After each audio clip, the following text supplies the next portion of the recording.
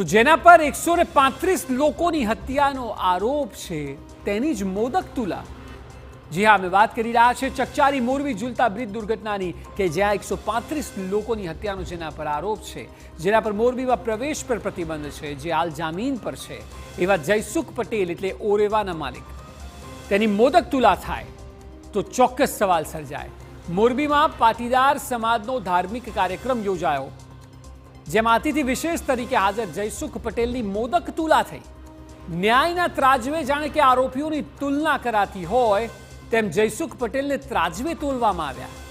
આપને જણાવી દઈએ કે આમ તો મોરબીમાં જયસુખ પટેલના પ્રવેશ પર પ્રતિબંધ છે, પરંતુ કોર્ટે ખાસ કિસ્સામાં 3 દિવસની શરતી મંજૂરી આપી।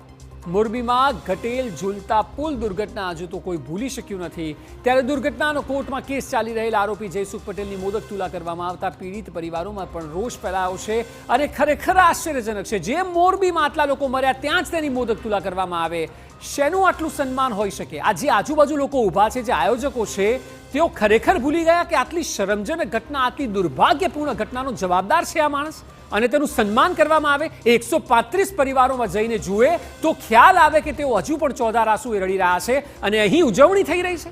આ આરોપી કે જે હજુ પણ કેસ ચાલી રહ્યો છે તેની મોદક તુલા થાય।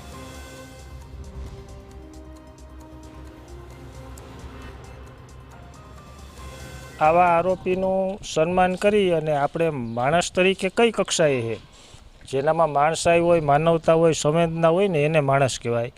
આટલી બધા નિર્દોષ જીવોનો જેના હિસાબે જીવ ગુમાવ્યો અને એના આવા સન્માન છે એ અમારા માટે તો દુઃખદ બાબત છે, પણ કદાચ લોકો બોલી ન શકતા હોય, પણ માણસાઈ જેનામાં છે ને, માનવતા છે ને, એ બધા માટે આ દુઃખદ ઘટના છે। જી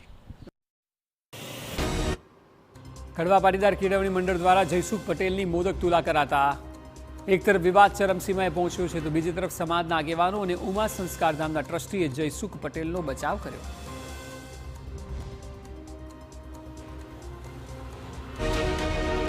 ઉમિયા માતાજીનું મંદિર, સમાજવાડી, આ બધાનું જે નિર્માણ થયું એ જમીનમાં જે તે વખતે વર્ષો પહેલાં એ પરિવાર અને અમારા જયરાજ દાદા ઓર પટેલ સાહેબ એ વખતે 80,000માં જમીન લીધેલી। આજે અમે જ્યારે આવડું મોટું એમાં સમાજનું નિર્માણ કરતા હોય, અત્યારે એ જગ્યાની કિંમત 85 કરોડ રૂપિયા થાય। જો આ તકે અમે એ પરિવારને યાદ ન કરી તો અમારાથી કોઈ નુગરા માણસો હોય નહીં। અને ઝૂલતા પુલમાં પણ હું સ્પષ્ટતા કરી દઉં કે એ આરોપી હતા, એ દોષિત નથી। હજી કોર્ટમાં મેટર ચાલે છે, કોર્ટ નક્કી કરશે।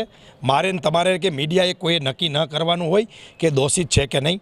અને જો ખરેખર મીડિયાના મિત્રો જે આ વિષય ચલાવી રહ્યા છે, તો કેમ ભાઈ હજી નગરપાલિકા ઉપર કોઈ એક્શન લેવામાં નથી આવ્યું? એ એટલી જ જવાબદાર છે। ચીફ ઓફિસર ક્યાં હતા ત્યારે? એમને કેમ ચેક ના કર્યો આ પુલ વાપરવા લાયક છે કે નહીં? કલેક્ટર શું કરતા હતા? અને આટલી જનમેદની ભેગી થતી હતી ત્યારે મોરબી પોલીસ, સિટી પીઆઈ હોય કે એસપી હોય, આ બધા શું કરતા હતા? કોઈ એક બલીનો બોકડો જયસુખભાઈને બનાવી દેવામાં આવ્યા છે।